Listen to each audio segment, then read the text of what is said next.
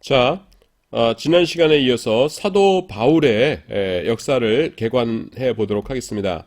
지난 시간에는 이제 무엇을 했냐면요. 여기 이제 터키가 이렇게 있고, 그 다음에는 이렇게 있고, 여기가 이제 시나이 반도고요. 여기가 홍해 바다입니다. 여기가 이제 그 나일강이 있고요. 여기 알렉산드리아가 있고, 여기 이제 팔레스타인 이스라엘이 있고요.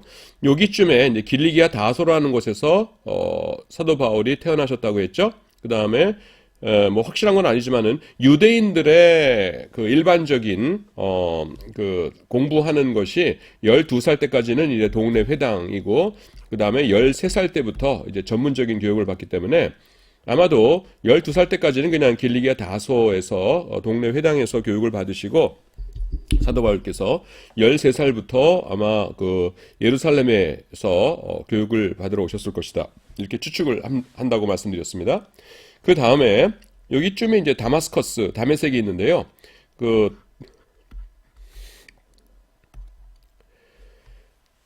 다메섹에 이제 기독교인들을 핍박하러 가시죠. 그러면서 지난 시간에 뭐를 얘기했냐면은 그 다메섹에게 그 핍박하러 간 이유가 그 당시에 유대인들이 가지고 있던 그 기대와는 예수님이 너무나 달랐기 때문에 그랬다라는 거를 말씀을 드렸습니다. 그래서 간 다음에 그다음에 중간에서 어떤 일이 벌어졌다고요? 이제 예수님을 만나죠. 예수님을 만난 다음에 뭘 깨달았다고요? 제가 굉장히 정성 들여서 설명했던 것인데, 구약 시대의 그 속죄 제사라는 것은 모형이요 그림자이고, 그 다음에는 예수 그리스도의 십자가만이 우리의 구원의 방편이 되신다라는 것을 깨달은 것이에요. 그래서 거기서부터 곧장 전도를 하기 시작합니다. 전도한 다음에 이제 그러니까 무슨 욕심이 생기겠어요? 여러분이나 저 같아도 그런 생각이 들을 것 같아요. 일단 예수님을 믿으면은 예수님에 대해서 더 잘 알고 싶겠죠. 그건 당연하죠. 우리가 기독교 신앙을 갖게 되면은 그 다음에 이제 생기는 그게 뭡니까? 성경을 막 읽고 싶잖아요. 그래서 하나님의 말씀을 알고 싶고 그러지 않습니까? 이거 마찬가지예요. 사도 바울도 똑같았어요. 근데 예수님에 대해서 알려면 누구에게로 가야 됩니까? 사도에게로 가는 거죠. 그래서 이제 그 전도를 하고서는 예루살렘을 돌아왔습니다. 돌아와가지고서는 사도들을 수소문해가지고서는 나를 좀 만나주세요라고 하니까, 사도들이 만나주겠어요? 안 만나주겠어요? 아무도 안 만나줍니다. 왜냐하면은 얼마 전에 예루살렘 떠날 때에 기독교인들 막 잡아 죽이고 핍박하고 이러던 사람이었거든요. 근데 다메섹에 갔다 오더니만은 갑자기 나 이제 예수 믿는 사람 됐어요. 나도 이제 하나님 믿는 사람으로, 예수님 믿는 사람으로 받아주세요. 사도님들 만나고 싶어요. 그러니까 그걸 누가 믿겠어요? 그러니까 괜히 지금 아마 우리말로 하면 이제 쇼하고 있는 걸 것이다.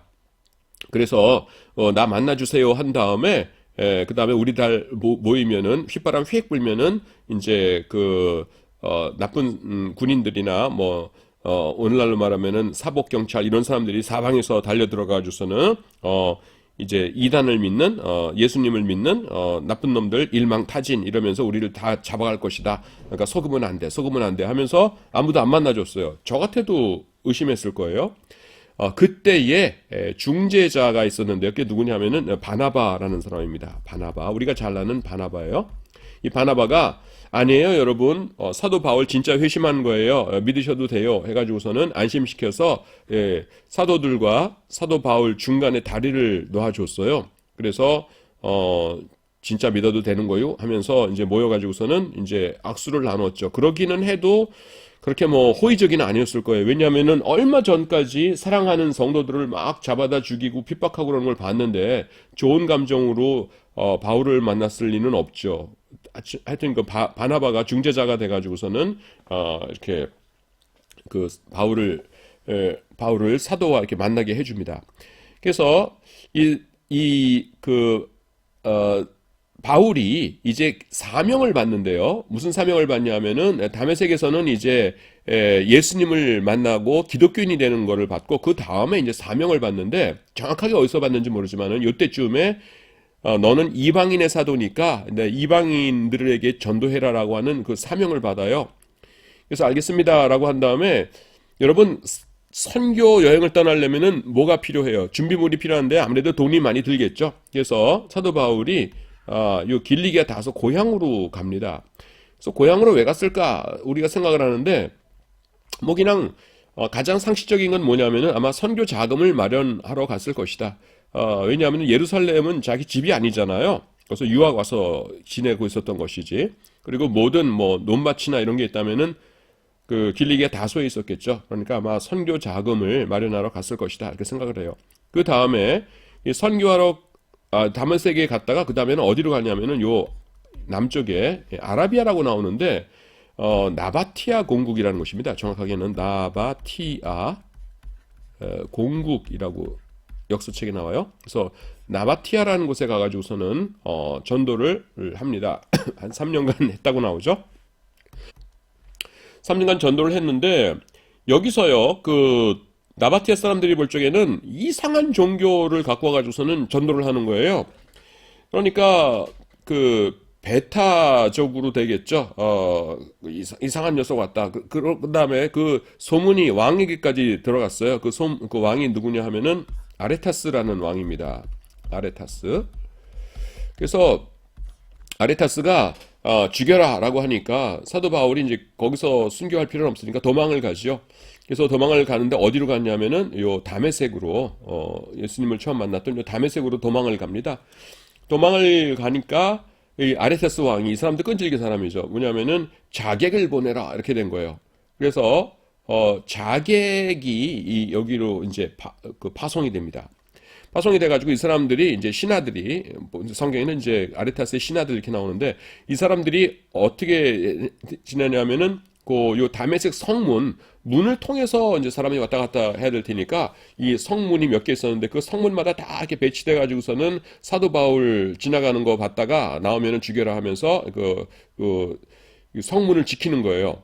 그러니까 이 사도 바울이 거기만 있을 수는 없잖아요. 이 전도해야 되는데 그래서 어떻게 하나라고 했는데 하나님께서 지혜를 주셔가지고서는 그 다메섹 성에 있는 성도들이 광주리에 바울을 태워가지고서는 밤에 그 담 밑으로 이렇게 내려줍니다. 이렇게 쭉쭉쭉쭉. 여러분 그 모습이 대충 이해가 되시죠? 이렇게 성벽이 이렇게 있고요. 그 다음에는 광주리에다가 커다란 광주리에다가 사도 바울 태워가지고 이렇게 내려서 더 성벽이 이제 높겠죠? 꾸룩꾸룩 내려가지고서는 자 이제 갑니다. 안녕히 가세요 하면서 위에 있는 성도들이 인사하고 해가지고서는 거기를 탈출한 거예요. 탈출해가지고 어디로 갔냐면은 예루살렘으로 갑니다.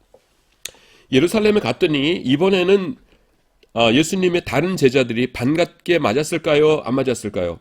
반갑게 맞았죠. 왜냐하면은 처음에 다메섹에 갔다가 갑자기 돌아왔을 때는 저 사람이 진짜 회심한 거 맞아? 아니면은 우리 괜히 그 회심했다고 거짓말 해가지고서는 우리 만나가지고서는 그건 아니지롱 하면서 그 경찰이 이렇게 사방에서 뛰어나와가지고서는 우리 잡고 그러는 거 아니겠어? 이렇게 의심을 할 수가 있었죠. 그런데 이제는 뭐예요? 그 죽을 고생하면서 몇 년씩이나 선교했다는 소문을 다 들었거든요. 더구나 그 이방 지역에 가가지고서는 선교하고 그 다음에 다메섹에서도 죽을 고비를 넘기고 그러고서는 왔다라는 걸 아니까 이번에는 사람들이 다 환영에 이렇게 포옹을 해주는 겁니다. 그래서 이제 인정을 받아요. 그래서 이제 선교 보고를 하고 한 다음에 이번에는 또 다시 이제 다메섹이 아니라 길리기아 다소로 고향으로 돌아갑니다. 이제 한동안 너무 고생을 하셨으니까 고향 땅에 가서 좀 쉬기도 하고 그 다음에 또 뭐 선교 자금도 이렇게 좀 모으고 이런 일을 하고 계셨겠죠. 그래서 길리기아 다소에 있었는데 아까 처음에 유대인들의 그 사도들이 안 만나려고 했을 적에 처음에 그 다리 놔준 사람이 누구라고 했어요? 바나바라고 했죠. 이 바나바가 그때 어디서 그 목회를 하고 있었냐면은 그 옆에 안디옥이라는 곳이 있어요. 안디옥이라고 하는 곳에서 참 여러분 안디옥이 두 가지가 있습니다. 여기 시리아 안디옥이 있고 그 다음에는 비시디아 안디옥이라는 곳이 있는데 이 안디옥이 이제 시리아 안디옥이에요. 이 안디옥이라는 곳에서 목회를 하고 있었는데 소문이 들리는 거예요. 뭐냐면은 사도 바울이 옆에 길리기아 다소에 와 계시다라는 곳입니다.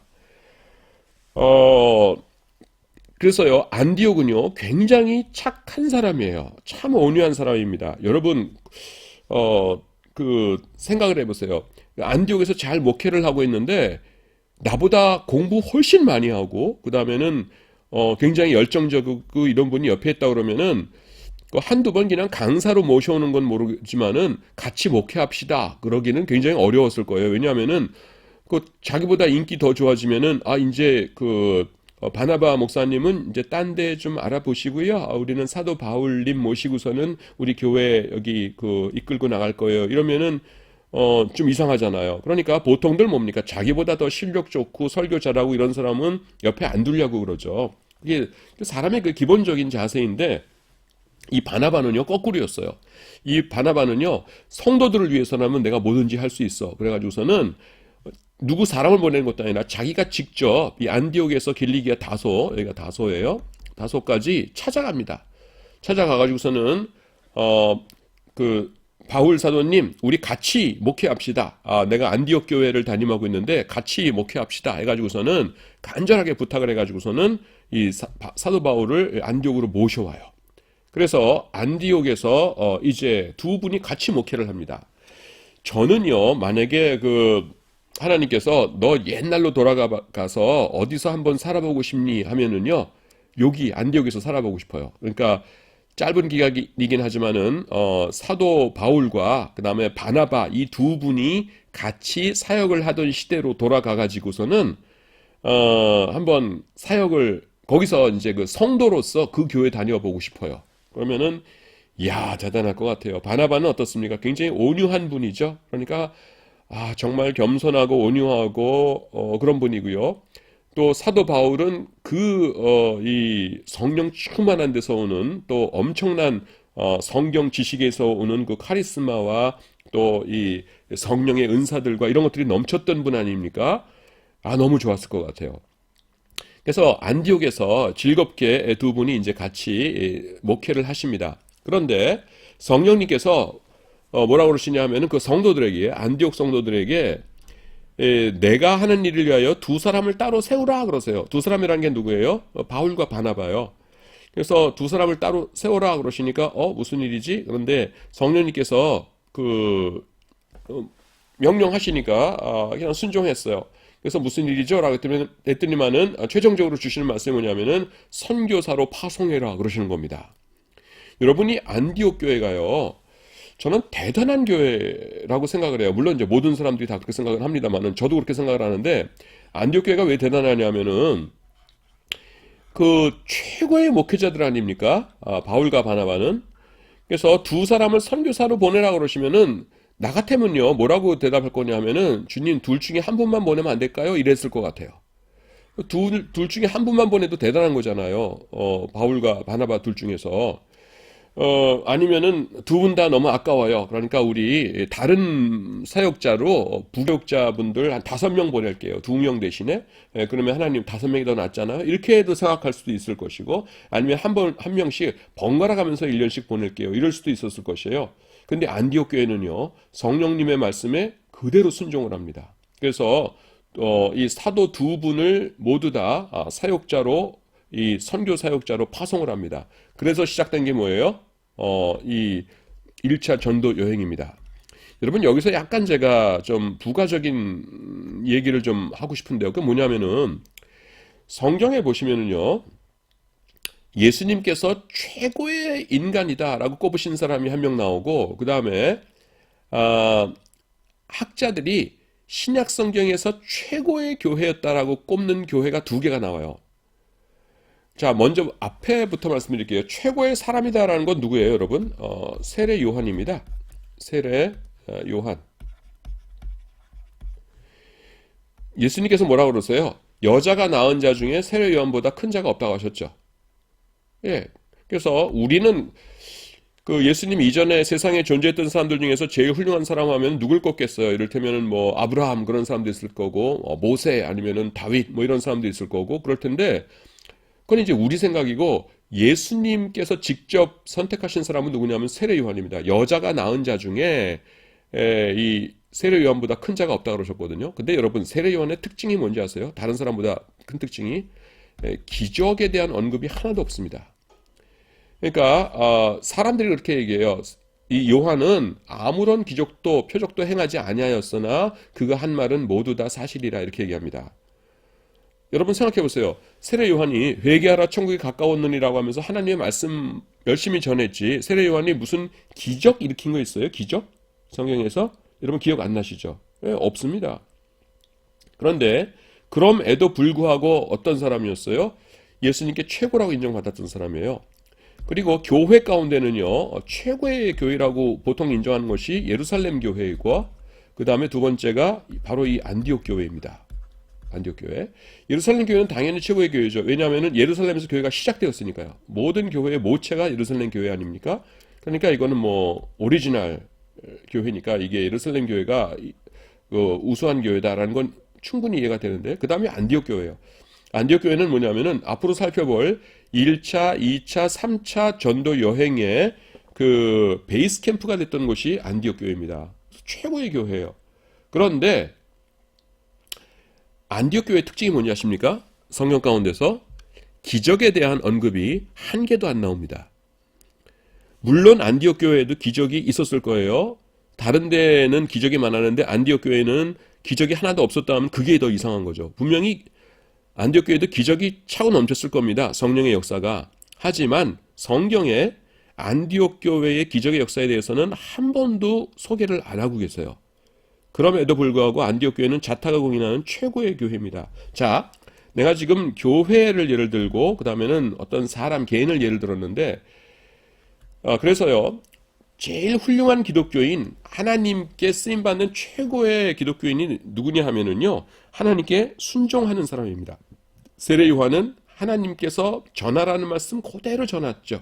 그리고서는 헤롯 안디바에 의해서 목배임을 당해서 죽었죠. 그리고 안디옥은 어떻습니까? 안디옥 교회는 고지곧대로 어떻습니까? 순종했죠. 그러니까 순종이 최고예요. 기적이냐 하나님의 말씀이냐 하면은 하나님의 말씀에 순종하는 것을 여러분들이 더 중요한 것이다. 이렇게 추구하셔야 된다라는 것입니다. 안디옥 교회가 그런 교회예요. 그래서 안디옥 교회가 이제 하나님의 명령을 받자와서 이 두 사람을 선교사로 이제 파송을 합니다. 그래서 그 1차 전도 여행이 시작되는데요. 1차 전도 여행이 시작될 때에 그 인원이 누구냐 하면은 바울이 있고요. 그 다음에는 바나바가 있고, 그 다음에 바나바의 조카였던 마가 요한이 있어요. 마가 요한. 마가 플러스 요한이 아니라 한 사람 이름이 마가 요한이에요. 그래서 그냥 앞에 것만 따서 마가라고도 보통 그러죠. 자, 그런데 뭐가 좀 헷갈리냐면 이건 좀 약간 여담인데 바나바라는 사람이 있고 성경에 보면은 바라바라는 사람이 또 나왔어요. 여러분 바라바가 어디 나옵니까? 예수님께서 십자가에 못 박히실 때에 그 죄수 중에 하나 풀어주는 전례가 있다 그러면서 6월절이면은 그래서 총독이 물어보죠. 누구 풀어주랴? 그 바라바를 풀어주랴? 예수를 풀어주랴? 그랬더니 사람들이 바라바라 이렇게 얘기하죠. 예수를 풀어줄까 그러니까 아니요 예수 아니요 바라바 풀어주시오 이러잖아요. 그래서 예수님 덕분에 풀려난 사람이 바라바예요. 그리고 1차 전도 여행의 그 동행자는 바나바입니다. 두 사람 헷갈리지 않게 여러분 조심하셔야 돼요. 근데 어떻게 이건 이제 연상결합법인데요. 좀 유치하긴 합니다만은 어떻게 외우시면 되냐면은 바나바 비슷한데 사람들이 풀어주기를 바랬던 것, 사람들이 바랬던 거가 바라바고요. 그 다음에 1차 전도여행 때 사도 바울이 이제 간식으로 가지고 다녔던 거가 바나나다 이렇게 생각하세요. 그럼 바나나, 바나바 비슷하죠? 그래서 여러분들이 아유 유치하면서 피식 웃긴 하지만은 그럼에도 불구하고 평생 잊지는 않을 거예요. 사도 바울의 1차 전도여행 때 간식은 바나나. 그러니까 동행자는 누구? 바나바 이렇게 되는 겁니다. 바나바랑 바라바랑 헷갈리지는 않겠죠. 하여튼 지금 뭐 좀 유치하긴 하지만은 그거 좀 외우시라고 지금 제가 말씀드렸고요. 자, 그래서 1차 전도여행이 시작되는데 1차 전도여행과 2차 전도여행과 3차 전도여행이 각각 특징이 있어요. 그건 뭐냐면은 1차 전도여행은 소규모고요. 소규모. 그 다음에 2차 전도여행은 대규모입니다. 대규모. 그 다음에 3차 전도행은 다지기예요. 다지기. 어떤 책에 있는 것이 아니라 그냥 제가 만든 용어들인데, 그 1차 전도행은요, 2차 전도행에 비해서 2차 전도행과 비교할 때 소규모예요. 그래서 소규모라고 하는 것이고, 그 다음에 2차 전도행은 1차 전도행과 비교할 때의 대규모예요. 그래서 대규모라고 하는 것이고, 그 다음에 3차 전도행은요, 그 새로운 곳에 가서 전도한 게 없어요. 1차 전도행과 2차 전도행 때 전도한 곳을 다시 다녔어요. 그래서 그 새로운 곳은 없고 그 대신에 두란노 서원이라는 곳에 신학교 같은 걸 만들고 거기서 기존에 있는 성도들을 모아서 이렇게 그들의 신앙을 잘 다졌거든요. 그래서 3차 전도행 특징은 다지기 이렇게 말할 수가 있습니다. 그래서 소규모, 대규모, 다지기 이렇게 생각하시면 돼요. 자, 이제 1차 전도 여행을 개괄적으로 이제 말씀을 드리겠습니다. 1차 전도 여행을 갔던 곳은 어디냐 하면은 그 섬이에요. 섬인데 뭐냐면은 구브로라는 섬이다. 구브로. 성경에 구브로라고 나오고 여러분 키프로스라고도 그러고요. 혹은 사이프러스라고도 하는 섬이에요. 그래서 어떻게 보시면 되냐면 여기 해안선이 이렇게 구부러져 있죠. 그래서 구부러져 있는 해안선 옆에 있는 섬이 구브로예요. 그렇게 외우시면은 편해요. 그래서 이 세 사람이 이제 안디옥에서 가서 실루기아라고 하는 해에서 배를 타고 이렇게 갑니다. 가가지고서는 여기서 이제 살라미라는 곳에 상륙하고요. 뭐 이런 도시 이름들은 여러분들 일일이 알지 못해도 돼요. 그냥 저는 교수니까 하는 거예요. 그다음에 여기서 이렇게 쫙 횡단해서 전도를 한 다음에 오른쪽에 파포스라는 곳인데 파포스인데 우리 말로는 바보라고 나와요. 욕하는 것이 아니라 성경이 진짜 나오는 이 도시 이름입니다. 항구예요. 성경에 예수님의 족보 중에서 고3 있는 거 아십니까? 중3이 아니라 고3. 그 이상은 고3이요. 이런 사람도 나오고 그래요. 하여튼 그 바보인데 그 영어로는 파포스라고 나오는데 이거를 S 빼고 이거를 파포라고 하고 바보라고 읽었어요. 그래서 여기서 한 다음에 이렇게 다시 돌아와서 그 다음에는 이렇게 쭉 가가지고서는 더베라는 곳까지 전도를 하고서는 이렇게 해가지고서는 옵니다. 그런데 문제가 생겼어요. 뭐냐면은 여러분 이 구보로라는 곳이 왜 갔는지 아세요? 이건 이제 바나바가 이제 강력히 주장한 건데 바나바의 고향이에요. 여기가. 그래서 자기 고향 사람들부터 전하고 싶겠죠.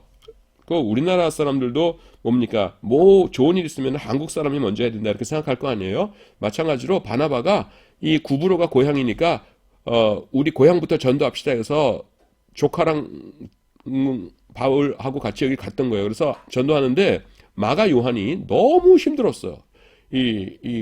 그 전도하는 것이. 그래서 어떻게 했냐면은 여기서 벗어나서 여기 상륙했을 적에 이제 두 명의 이제 어른들이죠. 사도들은 여기 더베까지 갔다 오자 이러는 더베라고 쓴 거예요. 더베까지 갔다 오자 그러는데 이 마가 요한은 아유 못해요 난 돌아가려고 해가지고 여기서 자기가 쭈루루 돌아가 버립니다. 그런데 이게 문제가 있어요. 이게 뭐냐면은 지금 여기가요, 여러분. 여기가 지금 여러분들 지도로 보면은 어떤 곳이냐면은 엄청나게 커다란 여기 산맥이 딱 있습니다. 여기에 커다란 산맥이 있어요. 그게 뭐냐면은 산맥 이름이 제가 라틴어로 쓸게요. 타우루스 산맥이에요. 타우루스 산맥인데 타우루스가 라틴어로 뭐냐면은 황소입니다. 황소. 여러분들 뭐 관심 있나 모르겠는데 저는 이제 자동차를 좋아하니까 이제 다니다 보면은 포드 미국 자동차 회사 알죠? 포드에서 나온 그 승용차 중에 토로스라는 게 있어요. 그러니까 타우루스를 영어로 읽으니까 이제 토로스인데 황소란 뜻입니다. 그러니까 디자인 보면은 예쁘장한 것이 아니라 정말 그 아주 강력하게 황소 같이 생겼다 이런 그 차가 있습니다. 황소란 뜻이에요. 근데 이 산맥이요. 저는 이제 동영상도 보고 이제 사진도 보고 그랬는데 돌산이 아주 가파르게 그러니까 정면에서 보면 이거 직각 아니야? 이럴 정도로 아주 가파르게 높이 솟아나 있어요. 그러니까 평지가 이렇게 가다가 갑자기 돌산이 팍 솟아오릅니다. 그래서 워낙 험한 산이기 때문에 옛날부터 사람들이 여기 다니기를 굉장히 주저했다고 그래요. 괜히 왔다 갔다 하다가 떨어져서 사고도 만나고 그 다음에는 그 강도도 만나고 그러기 때문에 굉장히 가기를 주저했다고 그래요. 근데 이제 짐을 지고서 여기를 이 산맥을 넘어야 되는데 제일 젊은 마가 요한이 여기 항구에서 나는 못해요 가면서 쭈루루루 도망가 버린 거예요. 길리기아 다소로. 그러니까 바울과 바나바가 화가 났죠. 근데 하여튼 이 두 사람이 짐을 다 짊어지고 이 산을 헉헉거리면서 넘어가서는 이렇게 전도해가지고서는 더베까지 갔다가 이렇게 하면서 돌아와서는 이제 여기 안디옥으로 돌아왔습니다. 이게 뭐냐면은 1차 전도 여행이에요. 자, 1차 전도 여행 정리해 볼까요? 일단 등장 인물은 누굽니까? 바울, 그리고 바나바의 조카 마가 요한이에요. 그 다음에 그 전도한 곳은 어디예요? 여기서 와서 실루기아에서 배 타고 구브로라는 섬을 제일 먼저 전도했죠. 그래서 오른쪽에 이렇게 쭉 해가지고서는 살라미에서 상륙해가서 살라미부터 쭉 해가지고서는 바보까지 갔다가 배 타고 육지로 갔는데요. 육지에서 이 제일 젊은 마가 요한이 나는 못해요 하면서 쭉 돌아갔죠. 돌아가가지고서는 안디옥으로 갔고요. 그래서 이 어른 둘이서 바울과 바나바가 이 험준한 타우로스 산맥을 넘어서 더베까지 갔다가 그대로 돌아와서 성경에 보면은 이 갔던 길을 아주 그대로 돌아와요. 이렇게 그대로 돌아왔다가 와서 배 타고 안디옥으로 돌아오면서 이게 1차 전도 여행입니다. 여러분 대충 감이 잡히시죠? 예. 자, 1차 전도 여행 끝난 다음에 사도행전 이제 15장에 보시면요. 그다음에 거기 보시면은 그 예루살렘 예자만 쓸게요. 예루살렘 공의회라는 것이 등장합니다. 예루살렘 공의회. 이게 뭐냐면은 사도 바울이 다니는 곳마다 뭐라고 전했냐 하면은 이제 율법 필요 없어요. 율법 지키면서 구원받는 것 아니에요. 그러니까 할례도 받을 필요 없어요. 그런 거 가지고 구원받는 것 아니에요. 오직 믿음이면 됩니다. 예수님 믿으세요라고 하면서 전도를 하고 다니는 것이에요. 사도 바울이 깨달은 것이 뭐라고 그랬어요? 거기서 그게 뭐라 하냐면은 예수님의 십자가만이 중요하다. 옛날에 율법이라는 것들, 속죄 제사, 율법, 할례 이런 것들은 전부 다 뭐다? 예수 그리스도를 맺는 이 믿음의 이 복음의 모형이요 그림자다. 모형이요 그림자는 실체가 오기 전까지만 존재 가치가 있는 것이다. 근데 실체가 오셨으니까 이거는 이제 버려라. 이렇게 얘기한 거잖아요. 그래서 여러분 율법, 할례 이런 거 다 필요 없습니다. 예수님을 믿기만 하시면 됩니다. 이렇게 가르치는 것이에요. 그게 바로 우리가 지금 배우고 있는 개혁 신학이죠. 이게 사도 바울이 하나님의 계시를 받아서 선포한 그 말씀인 것이에요. 그래서 이렇게 했는데 지금 그 다른 사람들은 이상하게 생각한 거예요. 왜냐하면 구약 성경에 보면은 분명히 율법 지키라 나오는데 사도 바울은 그거 안 지켜도 된다, 안 지켜도 된다 그러니까 교회 안에서 두 파로 나뉜 거예요. 믿음이면 된다라는 파, 그 다음에 믿음, 그 다음에 플러스 율법 이렇게 해야 된다라는 파 해가지고서는 서로 막 싸우는 거예요.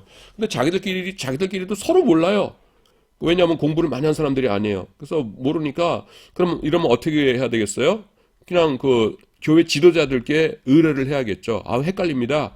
우리끼리는 모르겠어요. 우리는 그냥 하나님 잘 믿고 천국 가고 싶은데 사도 바울께서는 믿음이면 된다 그러셨는데 또 어떤 사람들은 구약성경 읽어주면서 아니다 구약성경 여기 봐라 율법 지켜야 된다고 나와 있다 그러니까 율법도 지켜야 된다 이러고들 있어요. 어떻게 해야 되나요? 우린 모르겠어요. 좀 지도자님들이 좀 알아서 정리 좀 해주세요 이런 겁니다. 그래서 예루살렘에서 이제 회의를 열죠. 회의 열어보니까 거기 예수님을 3년 동안이나 따라다니던 사람들이 수두룩한데 12사도와 기타 예수님을 따라다니던 사람들 예수님의 그 가르침을 잘 기억하잖아요. 그러니까 뭐가 맞아요? 사도 바울이 가르쳤던 오직 믿음이 맞는 거예요. 그래서 율법으로는 그건 죄를 깨닫는 거고 그거 갖고 구원받는 거 아니에요. 여러분들 예수님을 잘 믿으시면 되는 거예요. 사도 바울이 전한 그게 맞는 거예요. 하고서는 그 정리를 딱딱딱딱 해준 겁니다. 그런데 요것만은 조금 양보를 해자 그런 것이 있었어요. 뭐냐면은 교회 안에서요 그 유대인들하고 이방인들이 같이 어울려서 살았어요. 이방인들이 그러니까 그 밥도 같이 먹고 그랬거든요. 근데 유대인들은요 오랫동안 지켜오던 습관이 있는 겁니다. 관습이 있는 거예요. 그래서 도저히 자기들이 따라올 수 없는 것들이 있었어요. 따라갈 수 없는 것들이 예를 들어서요 이런 거를 말씀드릴 수 있어요. 제가 학생들을 인솔해서 2008년이에요. 2008년 초에 그리스 이제 성지순례 여행을 갔어요. 그리스에. 그랬더니만은 이제 거기 그리스 사람 이제 버스 기사가 있는데, 버스 기사가 있는데 우리를 이제 처음 만나는 날 이분이 버스 안에서 광고를 하더라고요. 뭐라고 그러냐면은 한국에서 오신 분들 환영합니다. 여러분들이 한국에서 가지고 오신 음식 아무거나 잘 잡수셔도 됩니다. 그런데 한 가지만 부탁을 드리는데 그게 뭐냐면은 마른 오징어 있죠, 여러분. 마른 오징어만은 제발 좀 잡수지 말아주세요. 이럽니다. 그게 왜냐하면은 우리는 그냥 마른 오징어 맛있다 그러는데 그 그리스 사람들 코에는요 마른 오징어 냄새가 꼭 그 시체 썩는 냄새래요. 이게 저는 솔직히 말해서 마른 오징어 냄새 나는데 그건 아는데 시체 썩는 냄새는 맡아본 적이 없어가지고서는 그게 비슷한지는 모르거든요 저는. 근데 생각해봤더니만은 이게 단백질이 둘 다 이제 단백질이니까 단백질이 부패하는 냄새로서 공통적이겠다 하는 것은 어렴풋이 이해는 돼요. 근데 하여튼 제발 부탁한다고 뭐 먹어도 되지만은 그것만은 마른 오징어만은 잡수지 말아주세요 그러더라고요. 그래서 네 그런 다음에 마른 오징어 갖고 계신 분 계세요 그랬더니만은 다행히 아무도 안 가져왔어요. 그래서 그냥 아무 일 없이 지나갔는데 바로 그런 겁니다. 그 뭐냐면은 그 여러분 레위기 11장에 보시면은 하나님께서 먹어라 먹지 말아라 하는 것들이 있죠. 그래서 이를테면은 육지 동물 중에서는 어떤 조건이 있어야 돼요? 되새김질을 해야 되고요. 그 다음에는 굽이 갈라져야 되고 그렇죠? 근데 소는 되새김질도 하고 굽이 갈라지기도 했고 다 되는데 돼지는 뭐예요? 굽은 갈라졌는데 되새김질 안 하죠. 그러니까 못 먹고요. 그 다음에 또 어떤 것이 있나요? 바다 생물 중에서는 뭡니까? 비늘이 있을 것, 그 다음에는 지느러미가 있을 것 이렇게 되죠. 그래서 오징어, 뭐 장어 이런 거 못 먹죠. 오징어는 지느러미 없고요. 장어도 지느러미 없고 비늘이 없고 이러니까. 그 다음에 곤충 가운데는 어때요? 뒷다리가 있어서 힘찬 뒷다리가 있어서 뛸 것, 그 다음에 날개가 달렸을 것 이러죠. 그래서 메뚜기는 먹을 수 있는 거예요. 뒷다리도 있고 날개도 있으니까. 그러니까 뭐 근데 땅에 기어다니는 지네라든가 지렁이라든가 이런 거는 지렁이는 곤충 아니군요. 하여튼 그거 못 먹는 거예요. 그래서 이 조건이 있는 겁니다. 그리고 대표적으로 또 못 먹는 게 뭐예요? 피는 절대 먹지 말아라. 생명의 근원이 피에 있으니까 피는 먹지 말아라고 하나님께서 말씀하셨죠. 여러분 요거 잠깐 그 11장 했다는 거 어떻게 외우면 되냐면 갑자기 생각나는데 일일이 이렇게 뭐처럼 생각했어요? 젓가락이죠. 그래서 머릿속으로 젓가락을 생각하세요. 그래서 여러 가지 음식들이 식탁에 차려져 있는데 이거는 하나님께서 먹으라고 하신 거니까 내가 먹겠어요. 이거는 하나님이 먹지 말라고 하신 거니까 내가 못 먹어요 하면서 젓가락으로 옆에다 이렇게 치우는 그런 것들을 머릿속에 이렇게 상상을 해보세요. 그러면은 되겠죠. 그래서 레위기 중에서 먹을 수 있는 것과 먹을 수 없는 것이 몇 장이에요? 젓가락장이에요. 그게 몇 장이죠? 11장입니다. 네, 여러분들은 그냥 외우시라고 말씀드려요. 그래서 유대인들은 평생 피를 안 먹었던 것이에요. 그런데 이제 율법은 폐하여졌다. 이런 건 아무것도 아니다라고 해가지고서는 그 교회 안에서 지내는데 오늘 점심 메뉴 뭐예요? 그랬더니만은 선지해장국이에요. 이런 겁니다. 그러면 이방인들은 이 선지해장국 정말 피가 신선하네. 오늘 아주 갓 잡은 소인가봐 이러면서 맛있게들 먹는데 유대인들은 어때요? 그걸 견딜 수가 없는 거예요. 그 피만 봐도 막 토하고 이러는 거예요. 그러니까 선지해장국을 먹느냐 못 먹느냐 하는 거, 오징어 볶음을 먹느냐 못 먹느냐 하는 것은 천국 가고 지옥 가는 거하고는 아무 상관없는 것이죠. 하지만 유대인들과 이방인들이 같이 섞여 살려다 보니까 뭐예요? 최소한의 것은 좀 지켜주는 것이 좋죠. 아까 그 버스 기사가 그리스에서 마른 오징어 좀 잡수지 말아주세요 하는 것과 마찬가지로요. 그래서 15장에서 뭐를 정했냐면은 천국 가고 지옥 가고 이런 것 때문에 그런 건 아니지만은 우리 피채 먹는 것은 하지 말자. 같이 살아야 되니까. 그 다음에 목매어 죽인 것 하지 말자. 유대인들이 굉장히 싫어하는 것이거든요. 그 다음에 음행. 이게 뭐냐면 유대인들은 굉장히 고결하게 살았는데 이방인들은 아무렇지도 않게 이렇게 막 사창 까드러들고 그랬거든요. 그러니까 절대로 그런 건 하지 말자. 그 다음에 그 우상 우상에게 바친 제물 이런 거 먹지 말자 해가지고서는 요 네 가지 네 가지만 좀 지키자. 그래서 이거는 뭐냐면은 꼭 천국 가고 지옥 가고 이런 거라기보다는 이건 자유로울 수도 있는 거지만은 뭐냐면 공동체로서 이방인들과 그다음 유대인들이 같이 살아야 되니까 특별히 유대인들을 위해서 이방인들을 좀 배려 좀 해달라 해가지고서는 요 네 가지를 이제 얘기하는 겁니다. 그러면서 사도행전 15장에 그 예루살렘 공의회가 마치게 되죠. 그래서 사도 바울이 옳았다. 복음은 원래 오직 믿음이고 율법은 그냥 그 모형이요 그림자인 것이다. 그것은 율법은 죄를 생각나게 하는 것이지 그것 가지고 구원받는 것이 아니다라고 하면서 그것을 이제 전 세계에 전하게 된 것이에요. 그 다음에 이제 2차 전도 여행이 시작됩니다. 여러분 2차 전도 여행에 그 별명이 뭐라고 그랬어요? 내가 붙인 별명이 대규모라고 그랬죠. 대규모. 자, 요게요. 요게 이제 그리스고요. 여기 그리스고 그다음에 요게 이제 마케도니아예요. 여기 북쪽이.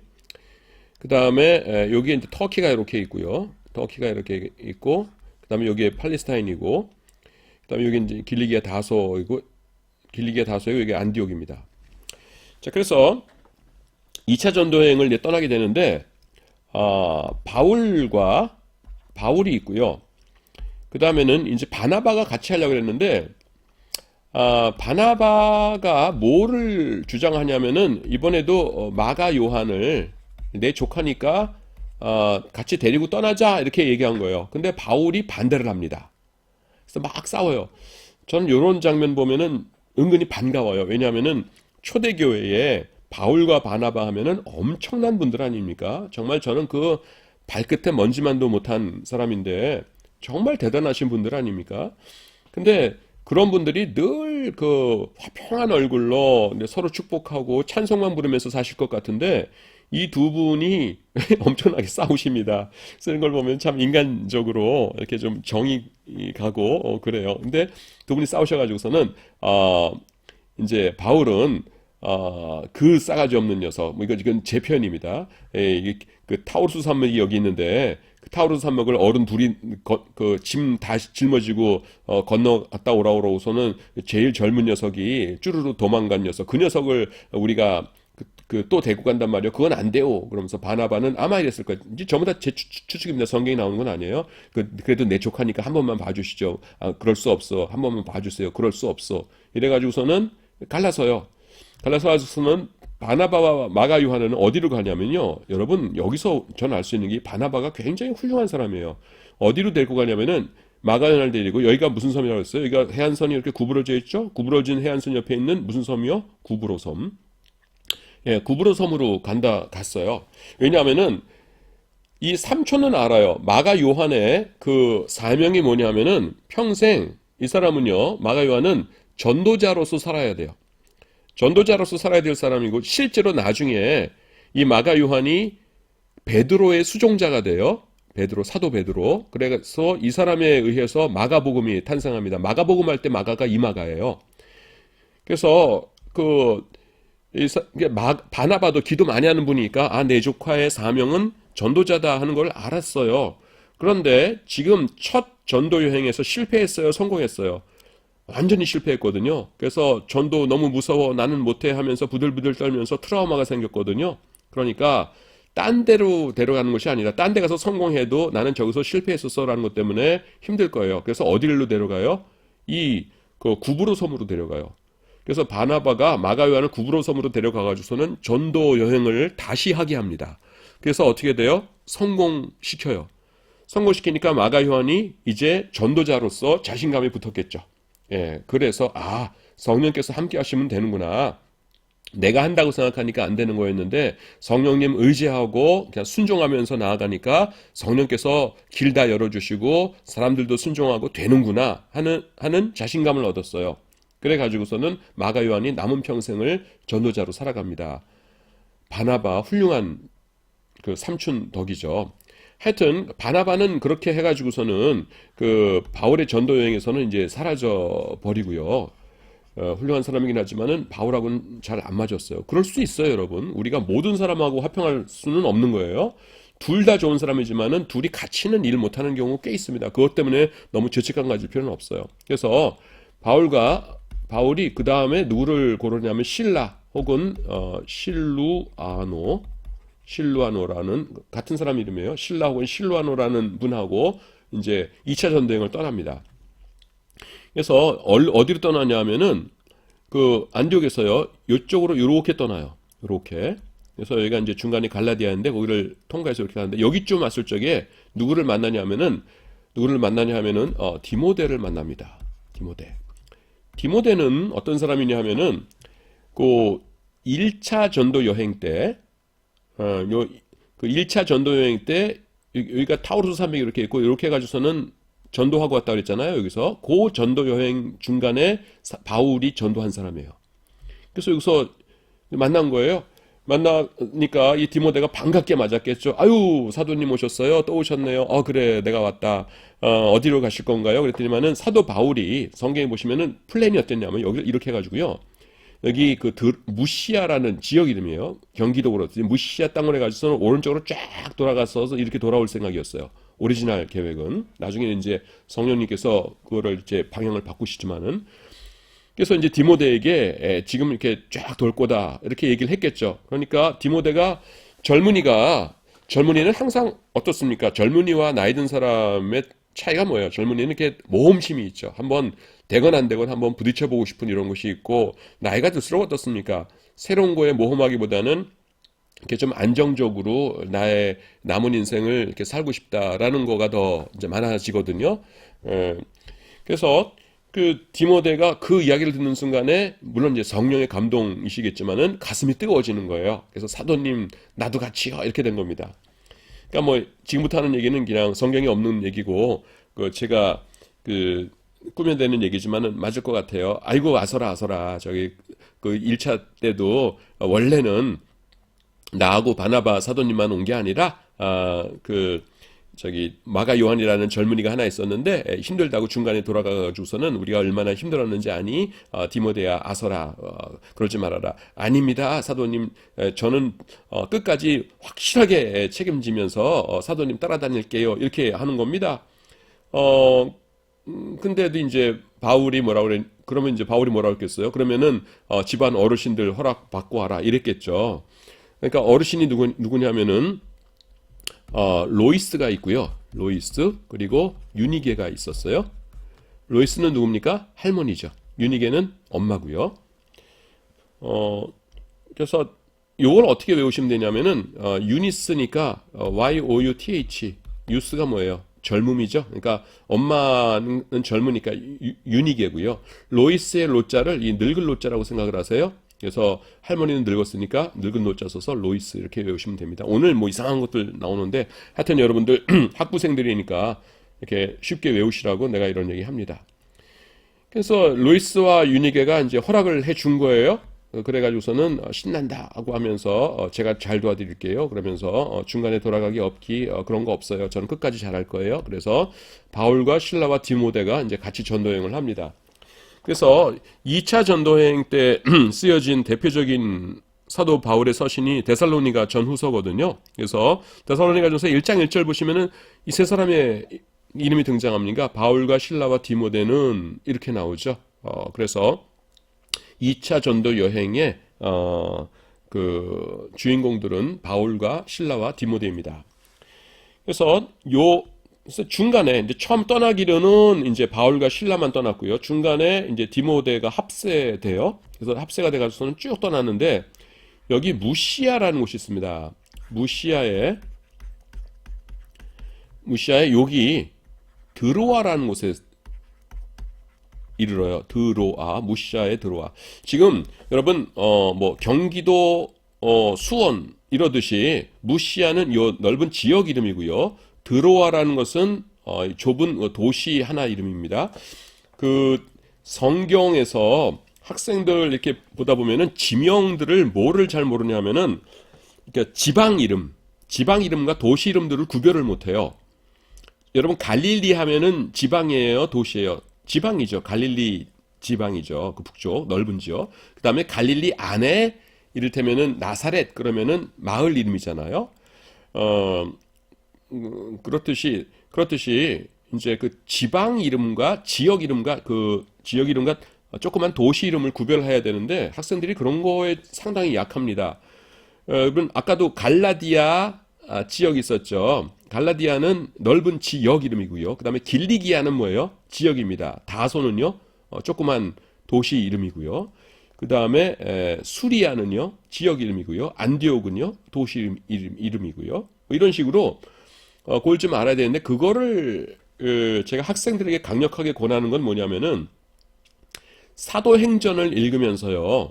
그 성경 지도책 잘 나와 있거든요. 지도책을 보시면서 성경에서 지명이 나오거든. 전체를 한번 찾아보세요. 여러분 지도 찾는 법 아시죠? 뭐 가로 세로 해가지고서는 A의 7번 이렇게 하면 거기 딱 나오잖아요. 그렇듯이 그 성경 지도책 하나 사셔가지고 비싸지도 않으니까 사도행전 1장부터 마지막 장까지 그 도시 이름이나 어떤 지역 이름이 나오거든. 다 찾아보세요. 1장부터 마지막 장까지. 그 작업을요, 딱 두 번만 하세요. 뭐 세 번까지는 너무 지겹고, 두 번만 그렇게 하세요. 제가 진짜로 했거든요. 그러니까 성경 읽을 적에 엄청나게 도움이 됩니다, 여러분. 여러분, 우리나라 소설과 외국 소설 읽을 때의 차이점이 뭐예요? 외국 소설 읽으면은 지명이 나오면 우리는 갑자기 멍해집니다. 왜냐하면은 뭐가 뭔지 모르니까. 우리나라 소설을 읽으면은, 이를테면은 박경리의 소설 읽으면은 그 경남 통영이 자주 나오거든요. 통영하면은 우리는 그 남해안에 그 앞바다 하면서 그 섬들 많고 아기자기하고 한 그 아름다운 바다 풍경이 눈에 선해요. 그래서 통영하면서 이렇게 읽습니다.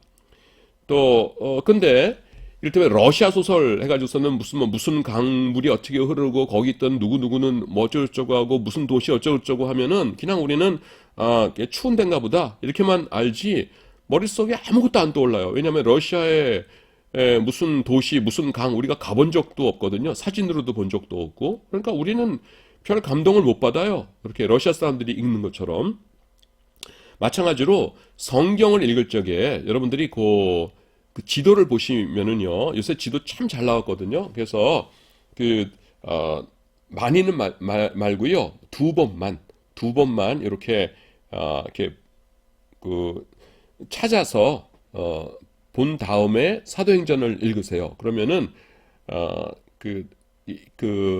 습득되는 거가 그 감동이 달라집니다. 그래서 여러분들 내가 이거 뭐 시험에 낼 수도 없고 뭐 확인할 수도 없고 그런 거지만은 하여튼 교수로서 여러분들이 나의 그러니까 제자들이자 또 믿음의 후배들 아닙니까? 그래서 하나님 말씀을 잘 이해해야 되는데 제발 사도행전을 놓고서 지도책 두 번만 확인해 주십사. 내가 부탁을 여러분들에게 합니다. 자, 그래서 이 무시아라는 지역에 드로아라는 곳에 이르렀을 적에 드로아는 여러분 어딘지 아세요? 이게 트로이입니다. 트로이의 목마 이러잖아요. 트로이를 이제 우리 성경에는 드로아라고 한 거예요. 그래서 이 드로아에 이르렀을 적에 이상한 사건이 발생해요. 그건 뭐냐면은 복음을 전하되 예수의 영이 허락지 아니하시는지라 이렇게 나옵니다. 성령께서 허락지 아니하셨다 이렇게 나와요. 보통 복음을 전할 때 누군가가 방해를 했다 하면은 우리는 누구를 생각해요? 사탄 마귀가 방해했을 것이다 이렇게 생각하잖아요. 근데 제가 알기로는 성경에서 이것이 유일합니다. 뭐냐면은 드로아에 이르러서 복음을 막 전하려고 하는데 이 성령께서 그거를 금하셨다. 예수의 영이 허락지 아니하시는지라 이렇게 나옵니다. 예수의 영이 복음 전하는 것을 허락하지 않으셨대요. 사도 바울이 드로아에서 교회 세우고 사람들에게 전도하려고 막 하는데 예수님께서 성령을 통해서 바울아 그러지 마 여기서 그러지 마 하면서 허락지 아니하셨대요. 그래서 이게 도대체 무슨 상황이지? 하면서 하고 있는데 사도 바울이 어느 날 거기서 꿈을 꿉니다.